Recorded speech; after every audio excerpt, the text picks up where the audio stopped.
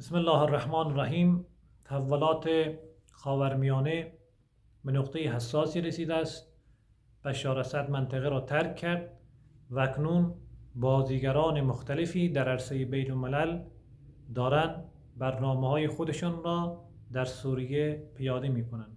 سوالی که مطرح می شود این است که آیا مقاومت نابود شد؟ محور مقاومت آیا با رفتن بشار اسد، با شهادت سید حسن نصرالله، با شهادت یحیی السنوار مقاومت نابود شده است یا نه امیدی به مقاومت هست؟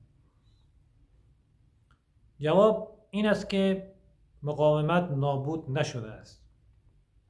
اگر ما مقاومت را یک شجره طیبه بدانیم که شجره طیبه است، اصلها ثابت و فرعها فی السما، که قطعا مقاومت شجره طیبه است، هرگز مقاومت با رفتن اشخاص نابود نخواهد شد.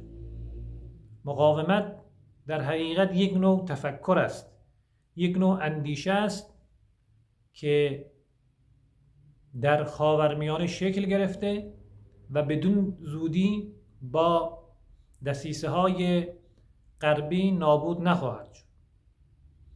این قول را به مخاطبان عزیز می دهم که مقاومت هرگز نابود نمی شود. چرا؟ چون تفکر مقاومت یک تفکر اسلامی، انسانی، توحیدی و مطابق با فطرت انسانی است. تفکر مقاومت چیست و چرا نابود نمیشه؟ تفکر مقاومت از اونجایی شکل گرفته که فطرت انسان مخالف با ظلم است. ما وقتی که در منطقه خاورمیانه وارد میشیم میبینیم همیشه کشورهای استعمارگر دخالت کرده در امور سایر کشورها. تفکر مقاومت یعنی مقاومت در برابر استعمارگران، مقاومت در برابر بیگانگان، مقاومت در برابر امپریالیسم. این تفکر نابود شدنی نیست.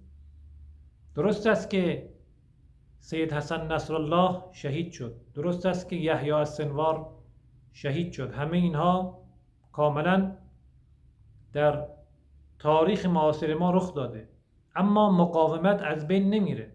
چرا؟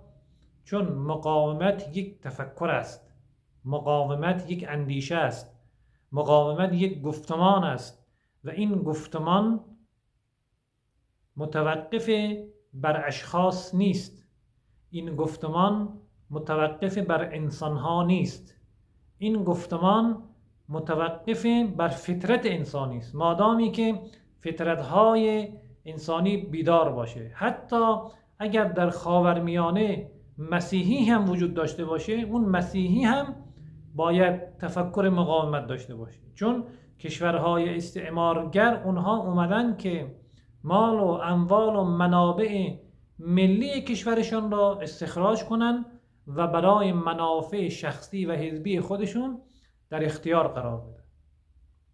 بنابراین با شهادت سید حسن نصرالله، با شهادت یحیی السنوار، با شهادت اسماعیل هنیه، با رفتن بشار اسد، مقاومت هرگز نابود نخواهد شد.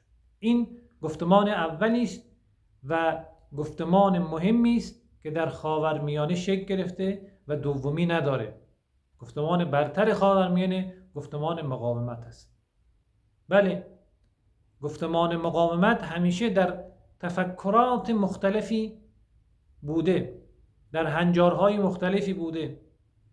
شاید یک شخصی هنرمند باشد و از این طریق بخواد گفتمان مقاومت را پیش ببره. یک کسی متفکر است و نویسنده است، مقاله می نویسد در روزنامه‌های سیاسی، در مجلات علمی، در فضای مجازی. کسی نظامی است، در عرصه نظامی گفتمان مقاومت را پیش میبرد. در عرصه‌های مختلف گفتمان مقاومت در جریان است.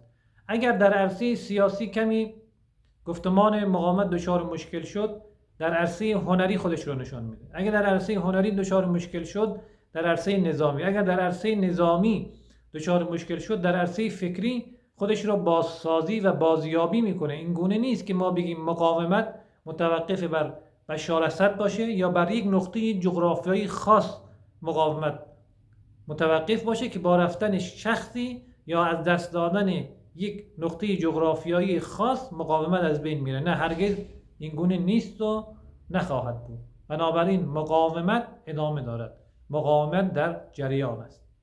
این نکته اولی است که باید به عرض دوستان میرسید که نگران نباشید، با رفتن بشار اسد مقاومت همچنان هست، جدای از اون قدرت‌های نظامی که اینجا وجود داره، جدای از اون قدرت‌هایی که در عرصه میدانی دارن کار میکنن. از نگاه فکری مقاومت کاملا استوار است، کاملا پابرجاست و همیشه و ابدی خواهد بود به حول و قوه الهی. و السلام علیکم و رحمت الله و برکاته.